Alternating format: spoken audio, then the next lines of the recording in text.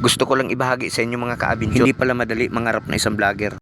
Lalo na kung hindi tayo sanay humarap sa camera. Isa pang problema, kulang tayo sa itsura. Kaya mapalad kayong mga vlogger na gwapo at magaganda. Sa video nyo wala pa kayong sinasabi, may nagpapalo na. Kaya naman shout out dyan sa mga mahihilig sa gwapo at magaganda. Kaya pakiusap lang, ipalo nyo naman kami kahit hindi nyo kami kursunada. Balang araw gwapo rin kami sa paningin nyo pag kami kumikita na. Maraming salamat nga pala sa aking mga subscribers at followers. Lalo na yung aking mga sharer.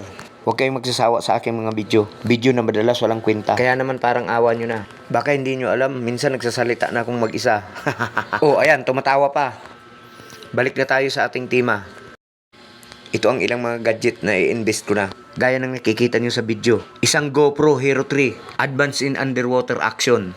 Mainam ito pang buso. Pangbuso sa mga isda na nagtatago sa bato. Hindi kagayang nasa isip mo, ang dumi ng utak mo. Siyempre, hindi mo naman ito magagamit kung walang tripod stick o kaya selfie stick.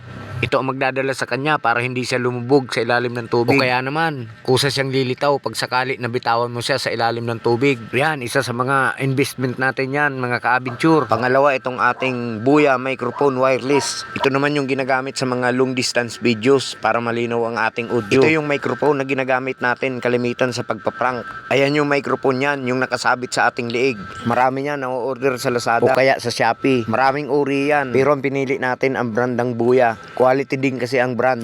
Kaya naman, quality din ang presyo. Pero kaya naman ng mga katulad kong beginners. Pangatlo naman, itong microphone ng ating GoPro Hero 3. Siyempre, pang-apat itong ating tripod. Napaka-importante din ng tripod na to. Pero siyempre, kailangan yan may Bluetooth.